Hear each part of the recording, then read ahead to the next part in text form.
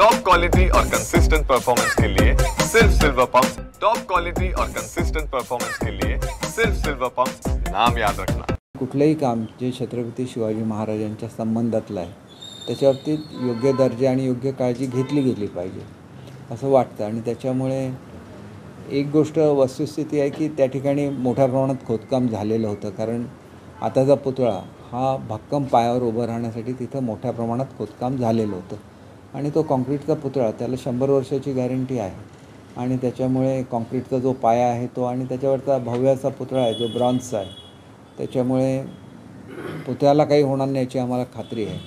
आता जर आजूबाजूचं काम करत असताना योग्य ती काळजी न घेण्याला कोण जबाबदार असतील तर त्याची चौकशी करणं हे डिपार्टमेंटचं काम आहे आणि ते आवश्यक ते काम ते करेल। शिवसृष्टीहून संकल्पना होती ती आता प्रत्यक्षात त्याला 53 कोटी मंजूर आहे, त्या संदर्भात काय कधीपर्यंत सुरू होईल? एक गोष्ट अशी आहे की त्याला अगोदर जमिनीचं ॲक्विजिशन आहे आणि ते ॲक्विजिशन झाल्यानंतर ते कामाला सुरुवात होईल। हे बघा, उद्धव ठाकरे हे त्यांच्या पक्षाचे अध्यक्ष आहेत, त्यामुळे त्यांनी काय निर्णय घ्यावं याचं संपूर्णपणे स्वातंत्र्य त्यांना आहे। माझं स्वतःची संस्कृती नेहमी अशी राहिलेली आहे की कुठल्याही कौटुंबिक बाबीवर आपण स्टेटमेंट करायचं नाही आणि त्यांच्या कुटुंबियांच्याबद्दल आदर असल्यामुळे मला याच्यावर काही स्टेटमेंट करणं मला स्वतःला योग्य वाटत नाही।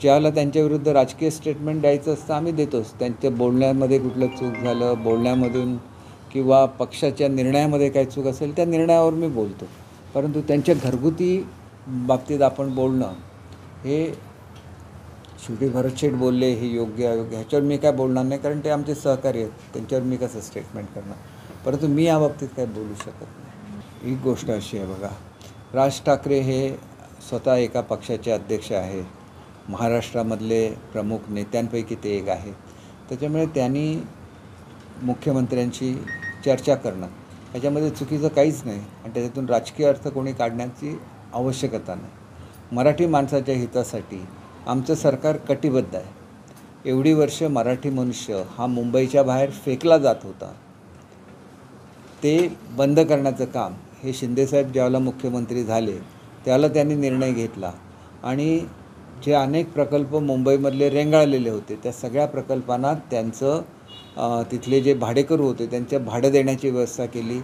आणि सरकारच्या ज्या संस्था आहेत ज्याच्यामध्ये म्हाडा आहे, MMRDA आहे, मुंबई कॉर्पोरेशन आहे, ह्या सगळ्या म्हणजे अशा अनेक संस्था आहेत, सिडको आहेत, तर यांच्या माध्यमातून ही कामं सुरू झाली आणि त्याच्यामुळे मुंबईतल्या मराठी माणसाला न्याय मिळालेला। अगदी रमाबाई आंबेडकर नगरमध्ये 105 कोटीचं वितरण हे भाड्याचं झालेलं होतं। म्हणजे एवढ्या प्रचंड प्रमाणात इथं लोकांना न्याय देण्याचं काम चालू आहे, त्याच्यामुळे एजन्सी कोण असावी हा शेवटी टेंडरने ही गोष्ट ठरते।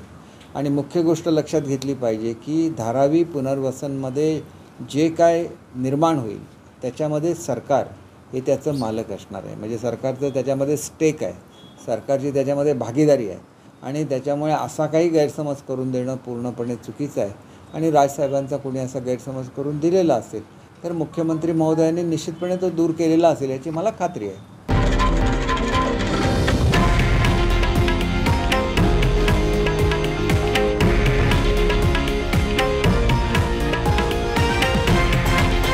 हे आहे देशातील नंबर 1 न्यूज नेटवर्क आणि आपण पाहत आहात TV9 मराठी, एकमेव।